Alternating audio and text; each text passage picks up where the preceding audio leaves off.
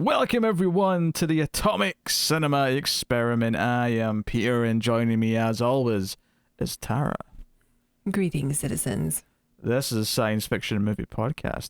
Every week we get together, we talk about a science fiction film that we have watched, and coming up on this episode we will be talking about Stowaway, which was a Netflix movie that came out in April of this year, so it's actually quite a recent film, and us catching up on some contemporary stuff that might be relevant when we're talking about best of the year and stuff like that when we get to that stage. So we'll dive into that in a minute, but I will take this moment to remind you before we get on with your scheduled programming that we're doing a top 50 vote for the best science fiction films of all time. In the description you will find a link to submit your top sci-fi movie list. You can do a top 20.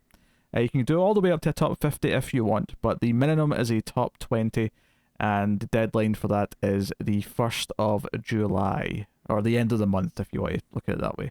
But that is happening. So go. We'll have a big results show where we'll count down the top 50 based on the points that you all give movies. So that is what's happening. So go and check that out. But yes, Stowaway, which is about, as the title would imply, stowaway on a ship, and particularly a spaceship.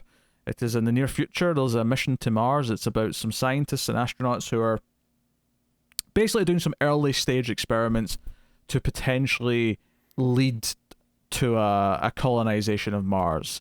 They're doing stuff like botany, things like that, to try and figure out how to convert Mars, to terraform Mars, or at the very least be able to sustain life in structures and domes. One would assume. So that is what they're doing. But there's unexpected guest on the ship after they've launched. They've discovered a fourth person that wasn't supposed to be there, and that's where the film sort of builds from there. That is the key inciting incident. So we'll get into that. I guess we'll start spoiler free in this one, I think, just to give some general ideas, since it is a pretty new film and people might be wondering if it's worth going and turning their Netflix on and giving it a watch. But we have not had the best history when it comes to Netflix movies, Netflix originals, that is. So, and Tara's just silently shaking her head and judgment. No, we have not. Yes. I was just painting a picture for the audio listeners. I wasn't critiquing. It was a valid form of expression. Mm-hmm. I'm just, yeah. So we're going to get into it. So I suppose the big thing here is the cast for this. We have Anna Kendrick, who's the sort of medical. I mean, I assume she's going to do some research when she gets there too, but she's basically acting as the ship's medic. We also have Daniel Day Kim, who you might know from Angel, the spin-off of the hit television show Buffy the Vampire Slayer. He was also on Lost. Many people know him from Lost, but he's on those things. Toni Collette is the captain, of course, known for many. I think I first saw her on The Sixth Sense, but I've seen her in numerous things throughout the years. But even just speaking of Netflix, she was in a limited series called Unbelievable that came out last year, maybe 2 years ago, based on a true story. She was very good in that. So all-star cast, and then even the fourth person, the stowaway, the titular stowaway, I can't remember his name off the top of my head. Let me just double check here. Shamir Anderson. He was on Winona Earp, which I did see season 1 of, and then he popped up in an episode of Dear White People as well. So even all four cast members, and it is basically just those four, because when the movie starts they're already launching, so we're already on the shuttle with them and it's time to go. Yep. We hear a couple of voices maybe from the comms, but that's about it. Barely. Yeah, so everyone's a known name in some capacity. We have a couple of veterans. We have Anna Kendrick, who's kind of the star, and then we've got this the fourth guy is kind of starting to be known and upcoming, so very well known cast. And the director, who I didn't know this when I was watching it, but I just checked the director, Joe Penna. He actually directed another film that went straight to Netflix a couple of years ago starring Mads Mikkelsen called Arctic, where it was just Mads Mikkelsen surviving after being stranded in the Arctic. And that was a decent little survival movie. I'll throw that out there. That was a decent little him trying to leave signs for people and try to draw attention, but ultimately just try to survive and possibly not get mauled by a potential polar bear. So Fun. It's an alright movie. But anyway, that's a setup. Tara, I hand it over to you now. What is your general feelings on Stowaway? I thought it was a decent little sci-fi movie. Good cast, like you mentioned, and it reminds me a lot of Sunshine. There is like this almost exact plot in Sunshine, which is not part of like the whole major plot of that film. It is like one little section of the movie that is like a really good section of that film. It's a subplot in Sunshine, which here's basically the whole plot once it gets to that. Right. Obviously, there's some setup, but once it gets to that point in this film, that is the plot of the movie. Mm-hmm. Yeah, and I thought it was done in a way that was really engaging and very like it seems very scientifically accurate. I don't know for sure, but it looks like because it's not too distant future, like the problem solving that they have to do seems realistic enough. And I thought the last like 45 minutes were actually quite tense, and it's a decent little sci-fi movie. Do you know, I went into this and I really liked the opening scene. I thought the actual shuttle launch and the way it was shot, we never like cut outside the shuttle or anything like that. It was all just inside, mainly focusing on Anna Kendrick and her reactions. And I thought the sound mix was very good. The rumble of the bass, the 5.1 mix was really good. It was really overpowering, and nothing else in the movie for the rest of the film had that amount of bass, which makes sense because they're in space. So the end credits. Yeah. So, you have this, and I thought it was really setting the scene. It felt really strongly directed, which makes sense because the director's previous film that I saw was also fairly well directed. But I have to admit, there was a certain point where I was kind of waiting for it to like spark into life, and I don't know if it ever quite got there for me. Where Really? I kind of appreciated what it was doing, but I almost felt like, and maybe it's because I've seen some of the same debates happen in Sunshine with maybe more colourful characters, but the characters, like it's kind of a double-edged sword. In one hand, I kind of like how these characters are a bit more down to earth and aren't over the top, but at the same, they're very realistic. yeah, but at the same time, I also felt like they needed a bit more depth to really carry, like, if the entire crux of the movie is going to be the question that they're struggling with, which I'm not going to spoil, and the last 2/3 of the movie, then I feel like I need a little bit more of it rather than kind of the, I don't know, just sort of like half-hearted approach that I felt this movie kind of took to it. I really appreciated how down to earth the characters were and how grounded it seemed to be. Like I like seeing films where like we do so much to make it as accurate as possible, but except for the characters, like it's nice to get something that is very, it seems like, yeah, these guys would be astronauts. Like they would be cool under pressure and they would be able to problem solve and do the right thing. And, I thought it was, once like the big decisions like started happening, I appreciated that they, reacted in a way that real people would. Yeah, I just think they could have been a bit more, I don't know, interesting. I guess like the characters are a little bit lacking, and they pretty much only have like their one. I mean, not even all of them have the one defining thing. Like Anna Kendrick has like one story she tells about her backstory. Del Day Kim has a little bit of a tether to the world, but for the most part, it's left fairly off the table. And I'm okay with them being more down to earth and more realistic and more grounded. Because after all, it's not some schlocky movie. I don't necessarily need them to have these big, bright, colourful personalities, but more just more of an arc for them, really. I guess the problem is that because they're all kind of just nice, decent people to start with, and even though they're maybe pushed to a point where they might have to challenge that a little bit, ultimately by the end, they're still nice, decent people. There's not really much of a journey that like changes who anyone is. Sure, but like I needed, Gravity has that I needed too, a more dramatic and arc, is what I'm saying. Right? Just to finish my point, I needed a more dramatic arc for at least one character, and I don't think I got it. Okay. So I was left thinking, what was the point of this movie? What was it about? Because I'm not entirely sure I know. Well, I mean, I'd say more, but we'd have to talk about spoilers.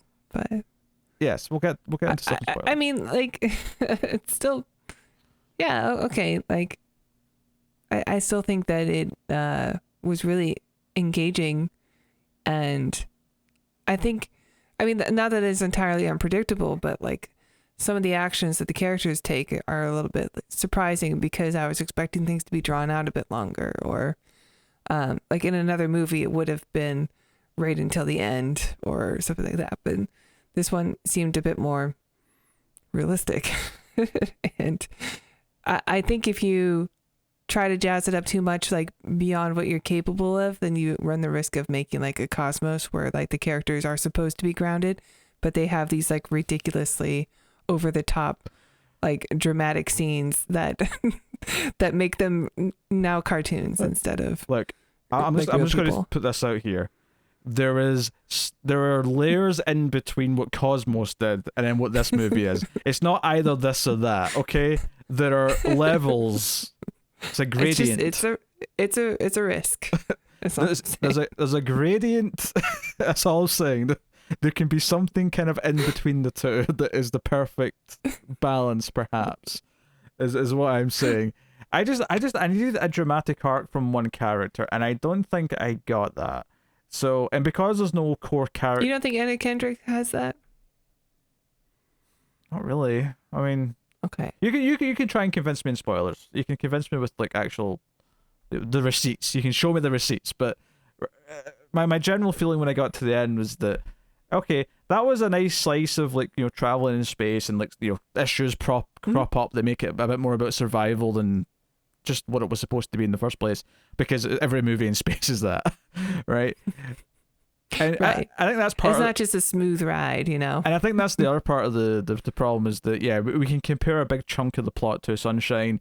I think we can compare a lot of the individual moments and things they face to several other movies that are set on spaceships, especially the more grounded ones that treat it, you know, less like a super future where space travel is now normal and it's just like taking the bus.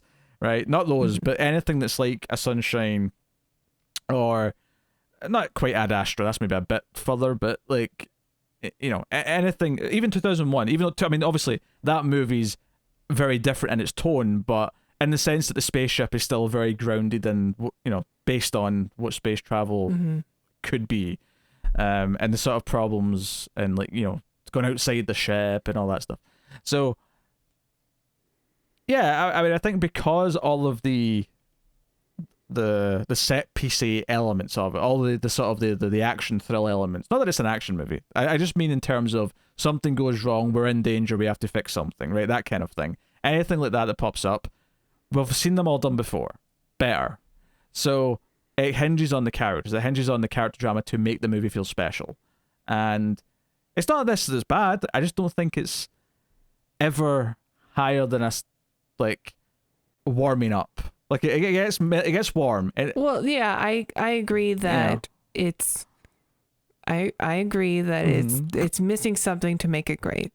But as far as like a science fiction movie goes on Netflix, like it's pretty good. Like it's definitely like a fun ride and suspenseful, and I think I appreciate how grounded it was. I mean, if we're to compare it to all Netflix originals, yeah, it's coming out quite favourably on that scale. I mean, it's better than I Am Mother. Oxygen's an interesting one to compare it to, actually. I feel like, yeah, we've had something similar. Yeah, I don't know if I would. I don't know where how I'd compare the two, actually. I think. Yeah, I don't know. Yeah, obviously they're very different. It's better films. than Wandering Earth. Oh, I have to think what that movie that was. It was a long time ago. Yes, I guess. Yeah, I guess it was better than that. Do you know what the sad part is? I think with all of these movies, though, I can see the better version in my head. I can see a Wandering Earth that is silly good fun. I can see a version of this that is the 12 Angry Men of Space, or well, technically 4, but you know what I mean. Like, I could see the better, like, very tasteful version of it. And it's not that this is distasteful. It's just, I guess the problem's maybe more the script than anything else, because the movie's 2 hours long, right? It's basically just under a full 2 hours, and when I was getting to the last like 30 minutes, I was like, oh wait, this is just going to Act 3. This is like the big ending, is like the resolution to this. When honestly, when that stuff started, that dilemma that they're still fixing towards the end of the movie, I genuinely thought that was just going to be the middle chunk, and there was going to be more afterwards, and no, it takes the whole rest of the film, Yeah. and then actually, I think the last part goes by fairly quickly because of that. The last part does go by quite quickly. I agree with that. And it does take some interesting turns in when characters choose to do certain things or when they choose to reveal certain things. Yeah. But yes. So Just missing that extra ingredient to make it great, but it was still really good. a good character arc. Sure. Well, because sometimes like it is genuinely that I don't really know what it's missing. It's just missing something, right? And that's when we say the extra ingredient. Whereas here, I actually like no, I can tell you what it is. it's the hold on, you're vegan. I don't want to use a steak dinner to compare. Hold on, let me. It's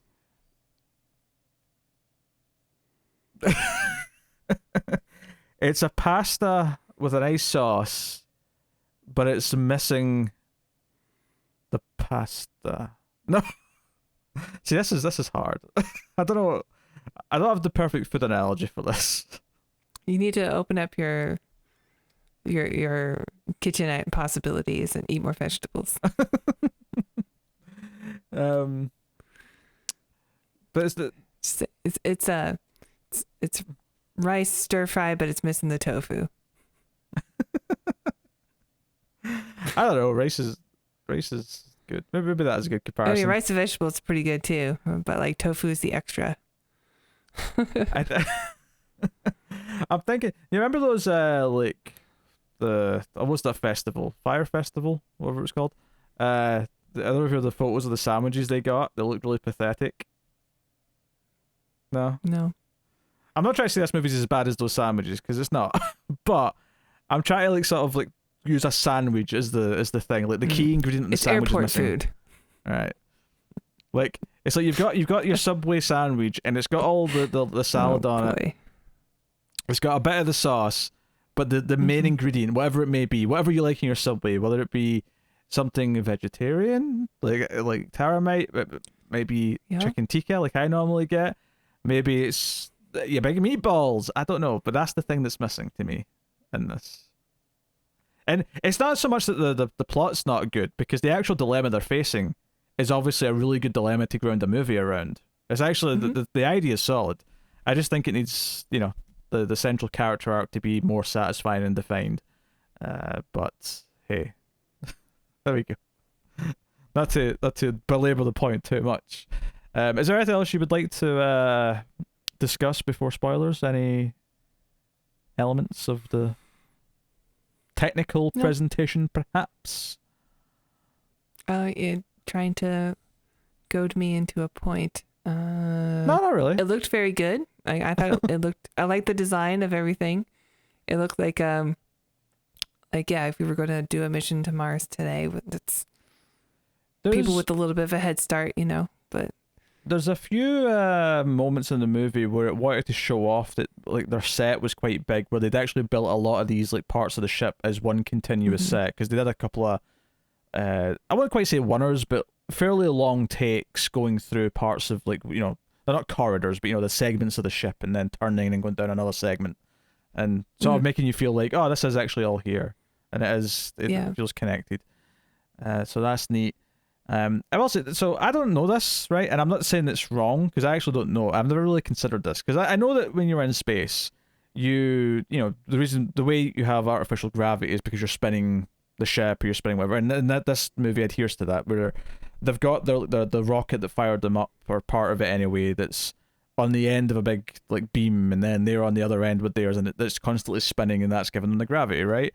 And we see it in 2001's another great example, where he's running up the center part that's spinning. But something, and maybe this is probably true, but I don't think I've ever visually seen it this way, but I never considered that the rules for this also existed on the outside of the ship too. Like, I always thought the artificial gravity was only inside the ship, not I understand what you're Do you saying. know what I mean? Yeah. Like where if Yeah. you're standing on the exterior of the ship, because I don't think it's saying too much to say that in the movie they set up the idea that if you climb up the middle beam, the Yeah. closer you get to the middle, you lose gravity. But you've got gravity at the start when you're standing on where the ship is, and then you come back Yeah. into gravity It's again. weird to see Yeah. astronauts with gravity on the outside Yes. of the, That's on what I'm the trying to exterior say. of the ship also. Yes. Yeah. Is that accurate? Is that a thing? Would that be I believe the so. case? Yeah. I Okay. mean, if it works inside, it should work outside also. I mean, so long as you're on the outside that's facing towards the center and not away from it, because then you would fly off. Of course, yes. Yeah. Yeah, it makes sense. Yeah. No, it was just it was a sort of thing where I questioned it for a second. Went, I'm not going to say this looks stupid because this might actually be completely accurate. I've just never seen it presented with the outside of the ship before. Right. Yeah. Because it's weird to have like gravity rules in space, Hmm. but they are technically always spinning, and they're part of the structure Yeah. that's spinning. So, I'll roll with it. No pun intended. I'll spin with it. Nice. I'll spin with it. So, yeah, I thought I'd mention that. All right, well, we'll give you the spoiler warning then. So, full spoilers for the movie from this point on. So, obviously, our three characters. I thought there was a good moments of acting between the three of them as well on the way up. Mhm. Daniel Day-Kim's obviously a little bit sick from all the motion. Anna Kendrick's I freaking out. appreciated when they showed him actually throwing up that it was out of focus. Yes, It's enough to get the idea without like seeing all the vomit. of course, yeah. It wasn't trying to be gross out or anything. I appreciate that. Yeah. Yeah, I get that. I really dug, like I say, the way it handled the launch itself and how it never cut to the exteriors, how it kind of stayed inside. I think the first moment that felt a little bit off to me was when we actually found the Stowaway. When we Mhm. found that character, Michael, I think his name was. The character, Mhm. yeah, Michael. Because Michael, like, Tony Collette finds him, and it's kind of this almost like nothing moment where it just very suddenly happens where he falls out of the panel, like on the roof, or the ceiling, Yeah. I should say, 'cause it's inside. But it's so sudden. I'm like, wait, there was no like build up to all the stuff. And admittedly, he is unconscious. He's not supposed to like have been creeping about or anything like that. No, But no. it just And she gets her arm crushed and like, yeah. And then Anna Kendrick's just like, oh, I have to turn into doctor mode because there's a hurt person here. But like, how the hell is he here? I do love the reaction of her and Daniel Day-Kim when they run in and they're like, wait, who the hell is this? Where did he come from? Where's space? Well, I think, and one of the big misdirections of the movie, I think, is that you're introduced to this character and they give you this moment where when he first wakes up, because he's unconscious at first, they stitch him up, they give him some meds, whatever, and he wakes up on his own and he has this reaction where he looks out the window and sees Earth and he's like, He's in space. and Yeah. he's in shock and he's freaking out. And that moment's there, of course, to give us some plausible like reasons to believe that he didn't intentionally do this, that he didn't intentionally sneak onto the ship and Yeah. come with them. And I mean, the movie's called Stowaway, so it puts it in your head that he's snuck on board. but I genuinely thought we were still going to play with it because I thought the moment where he came to like sit with them when they were eating and he tried to apologize for freaking out, the way he was sort of so quickly kind of like calming down, like relatively to like when he was freaking out before, made me think that he was like, oh, that was an act. He's playing them now, kind of thing. He felt a bit like, oh, I don't know if I trust him. I still don't really know if I understand exactly how he got on board. Like he was working and then like there was an accident, but like he's inside of a panel. So did they explain it and I just missed it, or I don't think they is explained. it just like nobody really knows? We're just accepting it.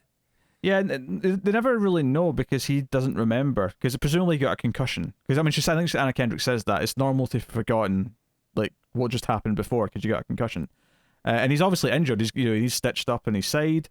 It does seem like, I mean, admittedly, yes. How did he specifically get into that location? Is, I don't know. Maybe someone can figure this out. Like how he ended up locked inside the ceiling when he was doing. Well, I mean, when the ship was taking off, it wasn't really a ceiling, so maybe he was working on part of it and fell and then got lodged in there, and then once it's in space, it became the ceiling. I don't know. I guess.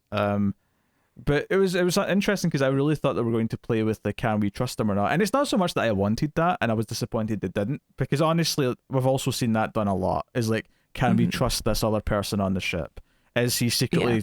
Because I really genuinely thought they were playing up that he might be sabotaging things, because obviously the big thing that gets the plot going is that the carbon dioxide, like not filter but the scrubber, right? The thing that gets rid of the carbon dioxide and makes it sure they don't all asphyxiate, right?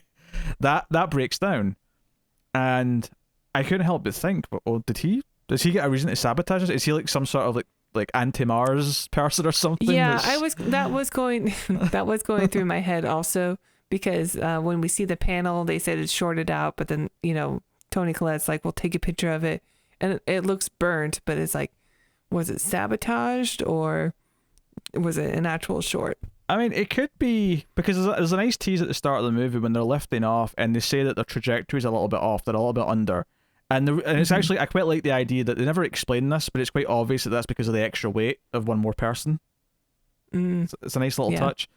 And I wonder if it's not so much, obviously it never feels like he actually did that, because nothing in the rest of the movie makes you think that again. Like, he's completely nice the rest of the movie. He is as surprised as they are to be on board the station, right? Basically. But he so there's never any suspicion from the rest of the movie. So I like the idea that whatever caused the damage it's by him, but not because he did something. It's just because him being there, his extra weight, him being like extra oxygen. Yeah, him being because when he falls out the ceiling, like the part that he was up against kind of gets damaged, and like they have to seal off that section. Because like the pressure's falling. Tony Collette thing is it, because ultimately what this movie becomes is we only have X amount of oxygen, and we can only filter out so much of the carbon dioxide until we get to Mars. And we're fine once we get to Mars, because once we get to Mars, there's another station or a colony. There's more supplies and oxygen there. We'll be fine once we get there. Presumably, if they're on the surface of Mars, presumably that they've got like the Martian, they've got domes with like plants and stuff, giving them oxygen for forever. Right. They do not seem like the first crew. No. In fact, there's even the thing in the where everyone who's been on it signed their names above the door. So yeah, this is, and Toni Collette, I think this is her fourth and final trip, mission to Mars. Something like that, yeah. So yeah, it's been going on a while. And I think they said it only takes it's like a 5-month trip, which is pretty quick. 5 months there, 5 months back, and they spend like a year and a bit. Because it's a 2-year, it's a 2-year mission overall. So I think it's 5 months there, then they spend like a year and a few months, and then 5 months back. Right. So and the way it's sort of set up is that Toni Collette's there because she's the captain who flies them there. She's basically just the pilot to transport people. The other two, I'm sure she would be very much more helpful, but her arm was crushed, so she can't do a lot of the things anymore. Oh, for sure. No, I forgetting what's in the movie. I'm just talking about the setup where the other two are like people who have submitted what they would do with research on Mars. So Toni Collette doesn't seem like she does that herself. She's there as an astronaut to take the scientists who are going to do. I mean, clearly Anna Kendrick and Daniel Day-Kim have had some training, in basic safety and knowing how to put on the suits and all that, which obviously Michael's not had, because that's a plot point later on, is he doesn't know how to do anything in space because he's not been trained for any of it. He was never supposed to. So yes, but anyway, so I was thinking he sabotaged things, but he didn't. He didn't. He's and they do. What the dilemma becomes is that there's X amount of oxygen until we get to Mars, and with this device destroyed, there's only really enough oxygen for 2 people. But Daniel Day-Kim's got a bunch of algae with him that he's going to use in his experiments, and Toni Collette says, "Hey, can you use that to pump, eat up the carbon dioxide and pump out oxygen?" And he's like, I mean, maybe I can reach those numbers if but I mean, it's not a guarantee it'll survive. It's temperamental, and do we need to rely on this? And she makes it very clear that this thing's gubbed. You have to go and give us some oxygen. It's that or we're all dead. Yeah. And the second half that he puts out doesn't survive. It immediately goes. And it's okay, there's only enough oxygen for 3 people. And we have this 4th person who's not meant to be here. So it's this interesting thing where it's never a debate who's the one who should die. No, it was always going to be Michael, And which I thought was interesting. Like they never even considered anything else. It's just like he's the one who's not supposed to be here. So basically, he was dead from the moment we took off. Yeah. I mean, and I think it's a fair thing to jump to, because ultimately those two are both going with purpose. Now, admittedly, Daniel Day Kim's research is all ruined because all of his samples are dead. Yeah. So there's a debate to be had that maybe Daniel Day Kim is just as expendable now. Well, actually, that's not true. But he's had the training. Yes, though. he's at least trained in how to help on the ship, which is more useful than Michael. So I suppose that's fair. Yeah. I think it says a lot about Michael also, who's also not considered like, well, why does it have to be me and not one of you guys? Yeah. He kind of understands, and I think that's the crux of the movie, which I do admit is a really interesting crux. It's the idea that everyone, because he doesn't know it first, right? We should make that clear. It's only the other three characters who know, and they're keeping it from him. And it's not until Daniel Day Kim goes and tells him, which he does because he wants Michael to have the choice of doing it himself, but partly because they're like, Anna Kendrick was like, look, you said that we've got 20 days until it's the point of no return where one of us has to go, so we've got enough oxygen left. But can we give him some of that time and like maybe try and find an alternate way, find another solution, whatever? And Tony Collette says, I'll give him 10. But Daniel Day Kim's thing is, like, yes, we have 20 days, but there's a margin of error, and if anything else goes wrong, we kind of want reserves. We want to have as much left, like, in the tank as possible. Right. We don't have to lose another person. Yes, like all we're doing is like lowering our own chances of survival by letting him live an extra 10 days. And and also like by giving him the option of killing himself, then nobody has to murder anybody. Well, one of the things I liked about this part of the movie is that Toni Collette like talks to Command, and she talks to him and says, and explains what they're doing. And Command, I mean, we don't really hear the other side of the conversation. We just hear Toni Collette's reaction to it. But Toni Collette says, no, like, I still need my crew. I need these two people to still function. And if they are, like, traumatized with guilt, they won't be able to function. I need to give them this. I need to give them this 10 days to at least look for the other possibility, make it feel like they really have to do it. Otherwise, they're never going to be useful to anyone ever again. Right, which is good for her character because she's been the one who's been like pro-death from the beginning. So it's nice to have that for that one scene where you'd be like, well, she is like really trying. It's Hyperion base that are like, no, you have to do this.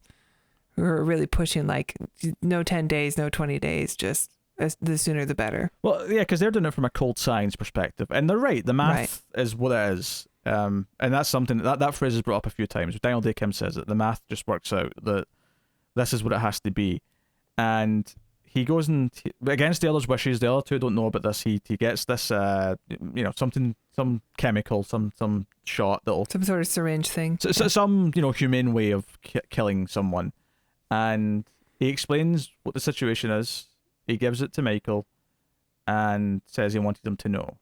And of course, there's a couple of scenes with them bonding before this, so that there's a bit of personal weight to it, where he explains. Right, and then you get a scene with like all of them and Michael, where he's like he can tell that everyone's becoming more distant from him. They don't want to get close to him anymore. Yeah, because Daniel Day Kim's a big fan of jazz, and he was trying to explain jazz to me. I was on Michael's side here. It sounds like a big mess to me. Me too. So I'm on Michael on this one, but I've given jazz many chances, but like. Maybe I need like a real musician to explain it to me. So there's a little bit of bonding with them. There's a little bit of bonding with Anna Kendrick as well, so that they all care. And he's sort of he's looking at the Earth. He's at the observation window. I can't remember I can't remember what they called it, but that's basically what it was. And he's looking out, and he's having this sort of. He leaves like a message for his sister, who we actually found out in a scene before this with Anna Kendrick when he's getting stitched up, that it's not actually his biological sister, it's someone he saved from a burning fire, and her parents or one guardian was killed in the fire, right? That was the story. I thought it was his actual sister because they were in the same room together. Oh, but maybe he you're was right. like 9 and she was an infant. Do you know what it was? It's because he says the line, "I became her legal guardian," which I guess Yeah. I took that to mean, oh, he like took her in when he, because I figure if you're, I mean, I guess technically yes, if you're an older brother or sister, you would become a legal guardian. But in my head, it's just kind of automatic because of course you would. Yeah, I think they're like 8 years apart or something though. Assuming you're older, So maybe you would be able to have some time where you can be their legal guardian. Yeah. yeah. Obviously, I assume there's an age difference enough. Obviously, if you're like one's 8 and one's 10, the 10-year-old's not becoming the legal guardian. Probably not. But assuming, yeah, he's like, 18, 19 or whatever, and she's like 10, 11, whatever. It makes sense. So, but it's all this, to make it sound like, oh, he's kind of a hero. He's got someone that he cares about. The movie's definitely playing it up like, okay, he's not dying. And this is where I think the script's a little bit thin, because it feels like it has one scene of him bonding with LD Kim, which I think is solid because of the acting. I think his dramatic story about how he got his scars and how how important his sister is to him, and because his sister needs medical care as well. That's the other thing. His first concern, and this is probably one of the best things that ever like make you sort of latch onto him as a good character. It's his first concern when he realizes in space is that his sister, who he looks after, who needs like sort of help and assistance, is on her own. That's his first concern. So he's concerned about that long before he's concerned about anything else. Yeah. And that's kind of sweet, and it makes him okay. He's got someone he cares about, and it's kind of selfless in a way and all that. But I have to admit, where the movie where it falls a little bit apart for me is one, his dramatic backstory to Anna Kendrick, because it feels a little bit just too on the nose and thin. This is a hard thing to explain, but sometimes in a movie when it's just doing like script writing 101, I can see the Matrix code in the script where it's just doing the thing. It's doing the thing to make us care about him. And then, but more so than that though, is when he's sitting there with the EpiPen and he's maybe going to kill himself. He's left this emotional message. Anna Kendrick comes in, sees the pet, and knows what it is. She's figured it out just by looking at it. And, well, she's the doctor. And it's her equipment, basically. She's put two and two together. She knows what it's there for, yeah. And she gives this emotional story herself about how she saved someone who was drowning, and how she went out there knowing that though the tide was too strong, she didn't know that someone else, because the story ultimately ends with like she was probably going to drown too, but a boat, like a little boat with someone, like came out across and pulled them both up, and it was kind of just a stroke of luck. And he says, "How did you know someone was going to be there to save you?" And she's like, "I didn't." Which, first of all, it's a little too specific at what the ending's going to be for my liking. But well, in retrospect, for sure, but not at the moment for me. It felt so. It's hard to say in some cases. Maybe it's just a better script. Maybe it's just better performances. Not that I think Anna Kendrick's bad by any means. It's just no. I think she's quite good in it.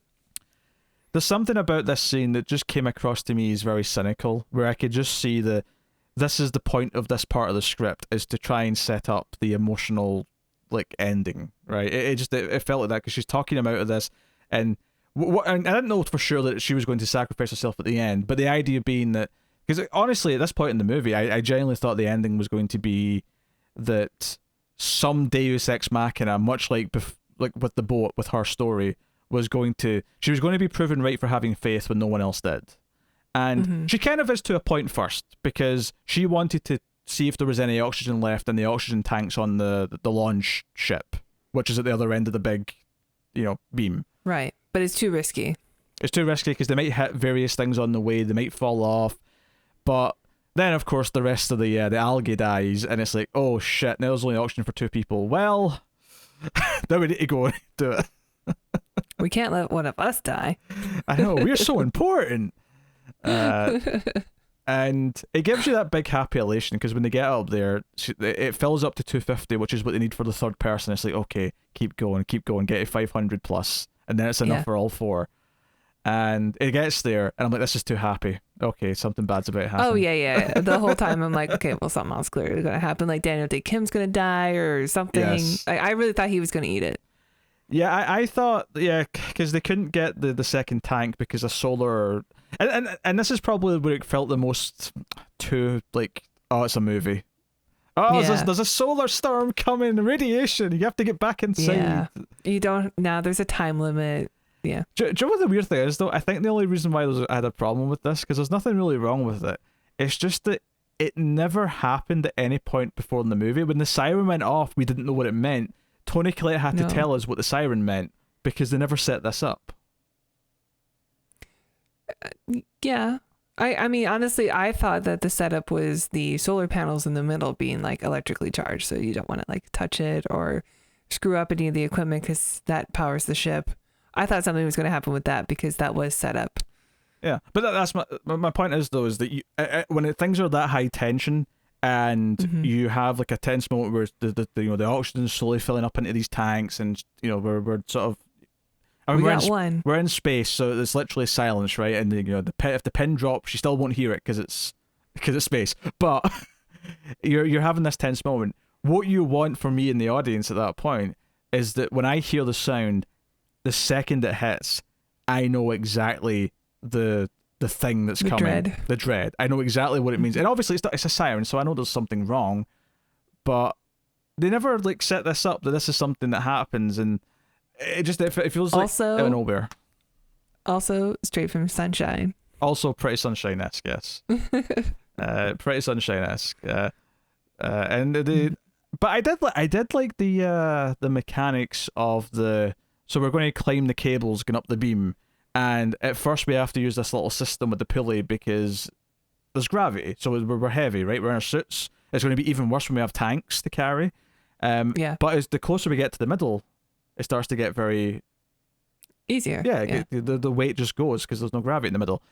But then when they start coming down the other side, there's a point where they're just sort of like floating down, and then eventually they start to get heavier and heavier, and I thought it was a good bit of tension, like trying to like hook in the thing again, to slow down, which is and she definitely is not able to and crashes on the way back. Yeah, when she has the tank and it goes barreling out into space, and it's this like because this is the thing, they couldn't get the second tank because they didn't have time, but that tank meant now there's only 2 people can live. Oh shit, I've really messed this up. Right. But then Anakin, right, because she leaves the other tank there to keep charging while they have to evacuate, or I'd say evacuate, but like go back to the ship. So it's like, okay, well, once this solar storm's over, we can go back and get that second tank, risk it again in order to save Michael. But once she drops and the canister's gone, it's like, oh, okay, someone still has to die. Yeah, which is now admittedly it doesn't really solve the problem that eventually someone has to die, but I didn't really understand in the scene why she had to go back out right now during the storm, because she goes out during the solar storm and it slowly kills her. They don't have enough time, I'm pretty sure. Time for what? Right? Well, they have to turn off all their equipment and stuff because of the solar storm too, and they say it's going to last for hours. What? So they didn't have to turn the stuff off for her to go out in the first place, though. So why does it have to be off while she climbs? Well, they had to be off because of the solar storm, right? Yeah, but isn't that why they turned off everything? But they didn't know the solar storm was coming. So when they climbed up originally, it wasn't turned off. No, they turned it off when the solar storm was coming. So why? So why does she have to go out while everything's turned off? I assumed it had something to do with the oxygen. This is my point, because all I could think was, okay, so because she hooks in the second tank, right, and she has to leave it behind, but it is hooked in and it is the oxygen is transferring, and all I could think was, well, it's not going to go anywhere, right? Sure, why can't she wait the few hours whilst the storm's there, and then go out and get it then? And admittedly, yes, the problem when she gets back is that, okay, we only have enough oxygen for 3 people now, and there's 4 of us. So we'd be back in that problem again. But I didn't understand in the scene why she had to go out now whilst the storm was actually happening. Yeah, I guess I just kind of assumed because there's something with the storm and them having to turn off all the electrical stuff because of the storm being there. But they maybe caused the oxygen to go down. But they already made the climb. Like before, when everything was turned on. So I don't see why it's any different. Well, no, I think you're connecting two different thoughts here. So like, Okay, go on. yeah. So they're climbing. Everything's on. The Yes. storm's coming. They're coming back, and they turn off all the equipment. Everything's turned off, and because they don't want the solar stuff to like affect the electrical equipment, Okay. and that has to stay off during the storm. They can't turn everything back on, right? Why? So then she goes out again. But what I'm asking, why does that have anything to do with her going back out again? Well, I'm saying like I think they're in a rush because everything's been turned off. Because they can't turn anything back on until the storm's over. But why did they have to do it while the storm's... why can't they just wait till the storm's over and go back out then? Well, I assumed it was because everything was turned off. I mean, that's the only thing that was different. You keep saying that. I don't know. What does that affect? Does it affect anything? Maybe it has some sort of effect on their oxygen levels. It's not filtering air or something. I don't know. Yeah, you're right. They don't explain it, but like that's what my head did. The first time they go out and climb, everything's turned on still. So clearly it can be turned on while they climb. Yeah. Right?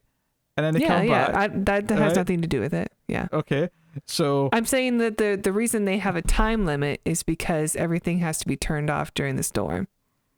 they have a time limit to get back inside so they don't die. Mm-hmm. I don't think any of the time limits have anything to do with them having to turn things off. Okay. Yes, I don't understand why she had to go back out while the storm is still going. None of this conversation has got me any closer to this. I'm befuddled. I'm befuddled by all of this.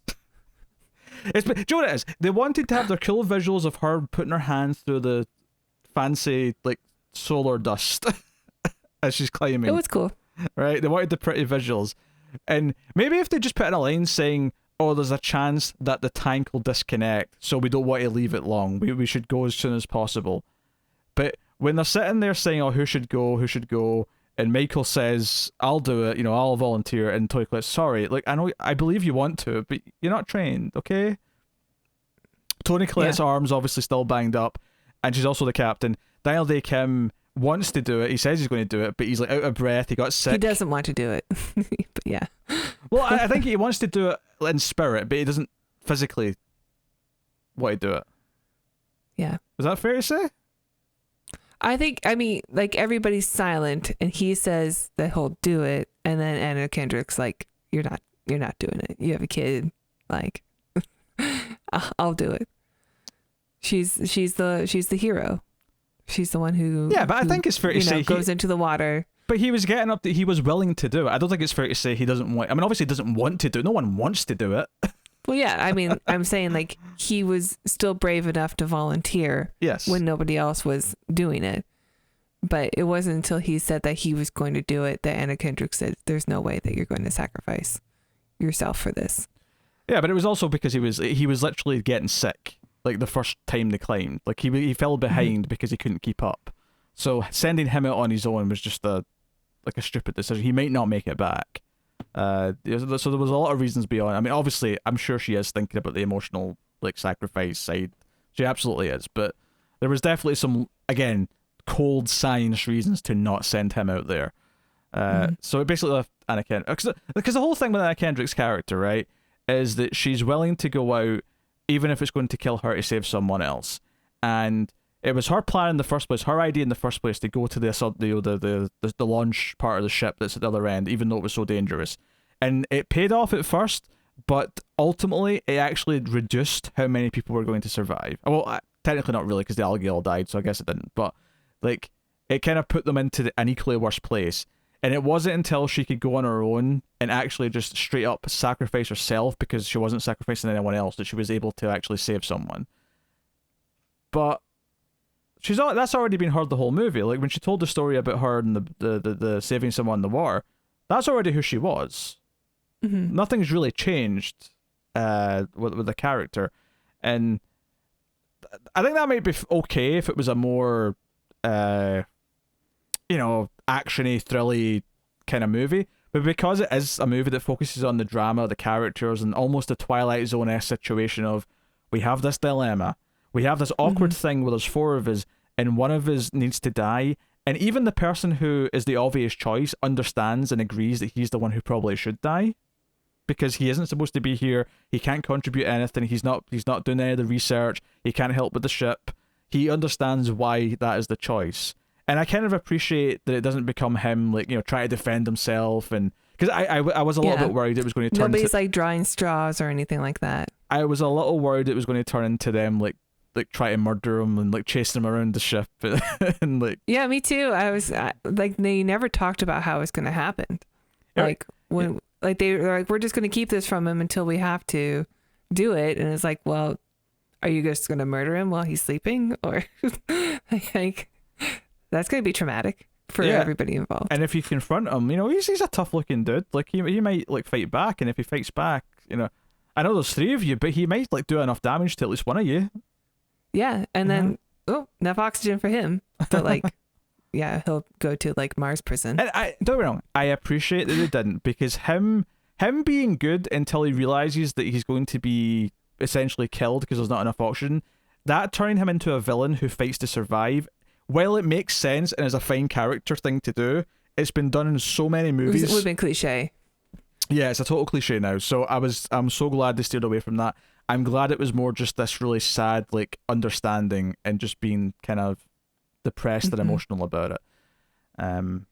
So if anything, because it was genuine and seems to be that he did, I mean, maybe there's some ambiguity where he did intentionally try to sneak on, like the room is still there for that in a way, but I think if he did, like, I feel like he'd have to admit it by the end of the movie, because let's say he did this for some good reasons that at least he felt were good.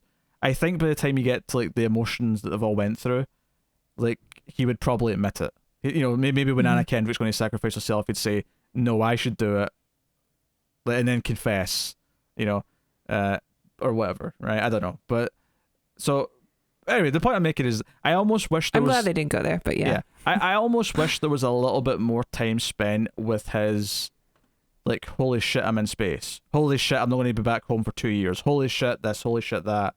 Like, just really emphasizing his shell shock elements.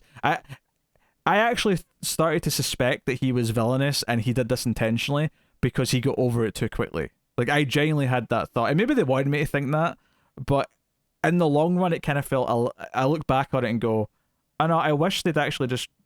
It just feels forced how quick it was now to get to, the next parts of the plot. I don't know. I mean, he was always surrounded by people who were super calm and, like, calming him down also, that I think... He just was with the right people to get him to that state of mind. Okay. I could have used some more, but, yeah. It's another frustrating Netflix movie. It's frustrating because I see potential in it. I like how some of it's done. I appreciate a lot of the choices that were made. But I still kind of felt that... Like, I don't know if the character drama... While I like a lot of the choices that were made, I don't think it's good enough to not make this feel like it's a bit too slow in places. Does that make sense? I really didn't have a problem with the pacing of the film, especially like the last act. I thought just flew right by. So and the first act was just like this mystery and them starting to like accept that they have a 4th crew member and people getting along. And then, like, the drama of the dread of somebody has to die, and it's going to be Michael. And that acceptance I thought was good. And then the arc of the hero of being, we have a solution here. We should fight for, doing the right thing. Anna Kendrick's kind of like, she's like a Superman hero, She's just, no, we're not going to go to this level of letting someone die. She always does the right thing. Yeah. I don't know if I quite got that from her character, Superman levels, but I can see, I guess, what you're getting at. See, Jean-Luc Picard, now that's a Superman character. I will happily compare Jean-Luc Picard to Superman. Just to pull someone from your world. My zeitgeist. Yeah, your zeitgeist. your Trek zeitgeist. Yeah, I think her arc, it's just a little bit lacking. It's a little bit too one note for me, I guess. And because of that, I think there's a lot of good decisions made with the characters and how they react to things that feel refreshing because they're not necessarily what the typical movie would do. But I don't know if this movie itself actually takes those interesting decisions into a further development or a further exploration of what that does to the people who are making those decisions. And I wish it would have went that extra level. So I think it just doesn't quite go far enough in the script for me. And I just see if these characters were just a bit more fleshed out. I think this could actually be a really special movie where instead of doing a bunch of other things because Sunshine, even though I like that movie, it does kind of this thing where someone has to die to, so the auction's the right amount at some point, right? Mm-hmm. But it's like part of a long string of things, and some of them are a lot more action packed. Yeah, some of them there's a lot of bad things that happen in that film, and some of them like are right after the next are a lot more Hollywoody and so on and so on. And there's a couple of Hollywood moments, but not many of them. I think the idea of taking that one core dilemma, that one core thing, and turning it into a 12 Angry Men or 4 Angry People in space, where it's just the debate and the emotions and the consequences and the morality of it, and making that debate I actually think that's a wonderful idea. I don't think this script... I'm sure we talked about that when we talked about Sunshine. Like, this part of the film was really interesting, and it would have been nice to have like the 12 Angry Men film of that. We may have said that exact line. It sounds like something we'd say. Quite frankly, sounds like something you would say. Okay, sounds like I was going to take credit for it. You use 12 Angry Men a lot. I mean, I love that movie too. I was going to take sole credit for it, but if you want to give me credit, I'll take credit. But I don't think that script... Well, it's not a bad script. There's definitely much worse. This is the weird thing about like discussing a movie of this rating, which I'm not going to reveal yet. But when you've got a movie that's about this rating, is you're in this really annoying middle ground where it sounds like I'm shitting on it because I'm saying all the things that I think it can do better, but it's because that it's pretty competent, and I can see it being great. I can see it going that extra mile. But but let's make it clear, it is a decent movie with some good elements that is much better than some other crap. Like, there's a lot of stuff that is below this in the totem pole. Absolutely. I think that's completely fair to say too. So yeah. I think sometimes I can sound like I'm being more harsh on something that I'm lukewarm on compared to like a complete piece of shit. Sure. Because I'm almost more disappointed in a way, because it got there. It was almost there. It was reaching for the stars. It was reaching for the stars and just didn't quite grasp them. Yeah, got to grab the they're brass pretty stars. far away. They're pretty far away, but it's a figure of speech. Don't rain on my parade. Don't terraform my planet. I like that. I might steal that.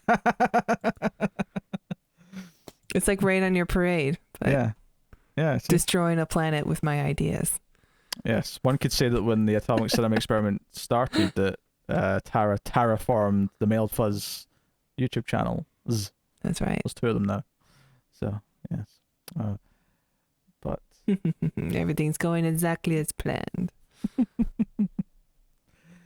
So yes, I just a little bit more on the characters. I think just a little bit, because I think one of the most interesting character dilemmas of the whole movie is like Daniel Day Kim, because you think he's going to try and kill him when he's asleep, when he goes and gets the pen, and instead he goes and says, "No, I'm going to tell him what's going on, and I'm going to let him know so he can choose to die like a man, effectively. You know, he can make that choice himself." Well, sure. Well, it's not just that. It's that it gives him, because he knows his life is ending, it gives him time to he can make peace with it, to mourn and make peace with it, and like leave the right kind of message to his sister, stuff like that. It's not just like a selfish thing. Like, I don't want to have to kill you, so you do it.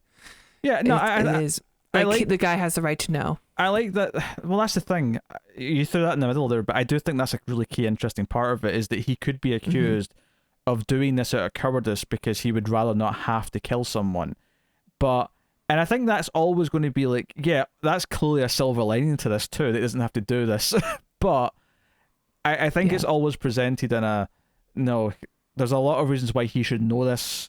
He should make this choice to do it himself, because even Michael himself can like feel like he's being a little bit of a hero by choosing to do this without, making it difficult for them, without putting up a fight. There's a lot of like layers to that, and I think it's one of the most interesting character decisions of the movie. And I think maybe there being some more shades of grey, and not in the characters per se, but like to the decisions where, I don't want the thing in Sunshine where there's one of them's just an asshole. Like Chris Evans. What Chris is it? What Chris is it? I almost said Pine as well. One of the Hollywood Chris's, yeah. What Chris is it? Right? Because he's like just the asshole in that movie who's like immediately like, let's kill him. Let's just kill him. And well, clearly we should strangle him to death. Yes. But that wasn't in this, and I'm glad it wasn't in this because it did make it a bit more nuanced. But I felt like there was more depth to reach for, which is the one true disappointment of the film. But it's a fairly big one in the grand scheme of things, because I do think this could have been special otherwise. Mm-hmm. So, is there anything else you would like to add? I think I'm ready to wrap up. Really? Okay, nothing else? No, can't think of anything to add. That was sort of like your summary. Which is why I'm giving you a chance. But okay, we can rate the movie then. We can rate the movie. Like, sometimes I realize I can go on for a bit, alright? I realize I can do that. No, it's good. It's what people are here for. You have the in-depth analysis, and I go, I like it.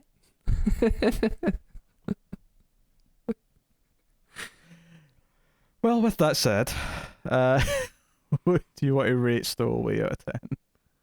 I do like the movie. I thought it was, I always sort of dread the whole watching a Netflix movie for the ace. I kind of just want to stick to the classics and the the fun big stuff. But I thought, it was an easy watch. I thought it was a very, very grounded, and I found that very refreshing. A lot of the decisions, like what we talked about with Kim's character and his like decision making, I thought was unexpected and very intriguing. The effects look good. It's a great premise. But there is something that's missing to make the movie special, like you said. Like I definitely agree with that. Like there's something about it that is, the emotional stuff isn't hitting like it's supposed to, or it's just missing a thing that makes it great. But I still definitely recommend it, and I thought it was pretty well done for what it was. So I'm going to give it a 6.5. I'm also giving it a 6.5. I'm just laughing. Oh, that's funny. I'm just laughing a little bit because I decided that in my head like a couple of minutes ago. I was thinking about it, and I felt like you were going to go higher than me. Yeah, I thought so too, but no, I think it's a 6.5. I would agree it's a 6.5. Should be more, but it's a 6.5. So there you go. I already summed up. I'm good in that. I do want to rant about something else that's slightly separate from the movie here on my experience watching the movie. Over the years, Netflix video quality has declined, and for some reason, like almost everything that's a Netflix original is presented in 4K. In fact, these days everything's Dolby Vision. Everything's 4K Dolby Vision. That's what Netflix do now. But despite the fact that this came out in April, I assume this is because it wasn't actually made as a Netflix movie. Netflix just bought it after it was already made. But this was only in HD. This was only in 1080p. And their 1080p quality now is absolute dog shit. Like, it is absolutely horrendous. I tweeted this out. I took a photo of my TV at one point because I was constantly seeing compression artifacts all over the screen. Every time there was a shot of space, you could see like pixels doing a little dance in the black, right? The back of heads, especially Michael, right? Every time it was like the back of Michael's head in a short reverse shot, when you can see the back of his head, it was just like a blobs of pixels, right? Just sort of doing this, and it was awful. It was so distracting. It was horrendous. I am appalled at the quality, because it never used to be this bad. It was never as good as like a Blu-ray by any means, not at all. But it was better than this. So I don't want to say that I didn't notice, because I definitely noticed there were some parts, some details where I'm like, I know this should be clear, but like when he takes his shirt off and she's like looking at him like uncomfortably, like there's something going on with he's got burn marks and stuff from the fire. Yeah, it's not an attraction but thing. At first it was. It's not. But at first I'm like, I'm not picking up on that. Like, what's going on? Yeah, it generally lacks a clarity. And I know that last year when the pandemic hit, they actually reduced their bit rates because more people were streaming at the same time. Which I mean, I already... So they were forced to do it? I already thought it looked not that great. And then they reduced their bit rate, so I was really pissed about that. And it feels like they never put them back up. And honestly, I had such a negative experience watching this, not because of the movie, but just because of the presentation, because of Netflix. So, like, to the point where all I really watch on Netflix now are Netflix created content that's in 4K, because I don't want to watch a movie on Netflix anymore. I think it looks like shit. I would rather go find it on Prime, at least, if not, just rent it or buy it on iTunes or something, because it looks better. So that's my rant. Okay. I had such a negative experience, but it was just distracting me the whole time. And it's a movie set in space, so every time it went to a shot of space, all I could see was pixels. Yeah. So space stuff is dangerous for that. Yeah, it was because obviously every time it goes to an exterior shot, it's the whole thing spinning, right? They always do this big shot of the two ends spinning. I was thinking I was glad I didn't see it in theaters, because that could make me sick. The constant star spinning. I get motion sickness in like rides and stuff that have that. I can get motion sick. I don't get motion sick from just watching something though. Typically, anyway. There were parts of Gravity where I was like, it was pushing it. I almost had to close my eyes. Although I watched the movie last night on stream with the audience. Go check out Male Fuzz Live if you want to do movie watch parties with myself. We do those a couple of times a week. They're good fun. But we watched a movie called The Vigil, and there's a moment where someone starts choking on something, and he sort of puts his hand into his mouth to pull it out, and my gag reflex just started like going, just watching it. I never have that happen to me before, so I've learned that I can have a visual make me gag. That's why I'm glad they blurred out the vomiting scene. Yes, I appreciate that. Yes, it was more because the guy was like coughing up here. I don't think because that's just like ugh. Like that's just, it was awful. No, I know what you mean. Like there are people talk about like getting sick because they watched something gross on the screen. And I'm like, that's never happened to me before. Yeah, like, I don't like someone vomiting doesn't make me gag. It's just vomit, whatever. Yeah, I think the sound of vomiting is worse than like seeing it. I mean, the worst part of it is the smell, and you don't get that when you watch it in a movie, so it's fine. I think the sound is the worst thing. Oh, all right. But that's why obviously there's been some gimmicky ones that they have done this, but that's why adding in smell to the movie experience is not taken on broadly, because let's face it, do you want to smell a zombie movie? No, you don't. Do you really want to smell what rotten corpses walking around is going to smell like? No. It'll just be it's awful. Nice when they're in like the pine forest and stuff, though. Imagine watching Night of the Living Dead and actually smelling the zombies. Oh. The smell-o-vision. Oh, no. All right, that's been Stowaway. What is coming next time? I'll check. In the meantime, if you got to this part of the episode, if you got to the end of the review, put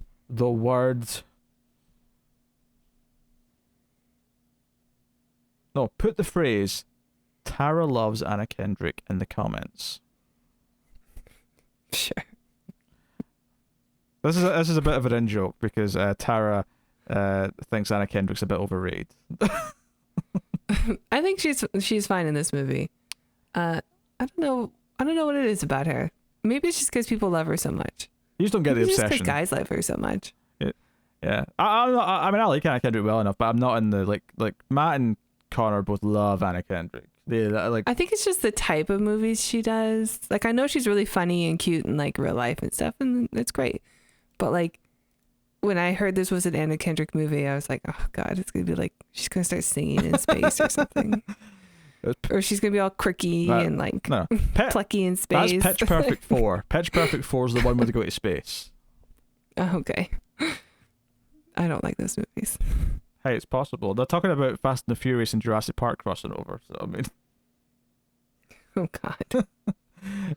who knows? Tara's going to pose for the thumbnail. I think Disney needs to take Jurassic Park away from Universal then. No, Disney's got too much. It's already a monopoly as it is. It's a shame they got Fox. All right, 3, 2, 1, pose. You're gonna have to do that again because your head's cut off at the top. Right. No, don't lean back. Just to keep this forward, but just duck down a little bit because the further back you go, Hard. the worse resolution it's going to be. So it'll look worse. Okay. I hate this. All right, 3. Why do you make me do this? 3, 2, 1. You're a tiger. That's what you get. That's what a Canadian tiger looks like. Is it okay? Okay. All right. I'm sorry. I don't want to eat you.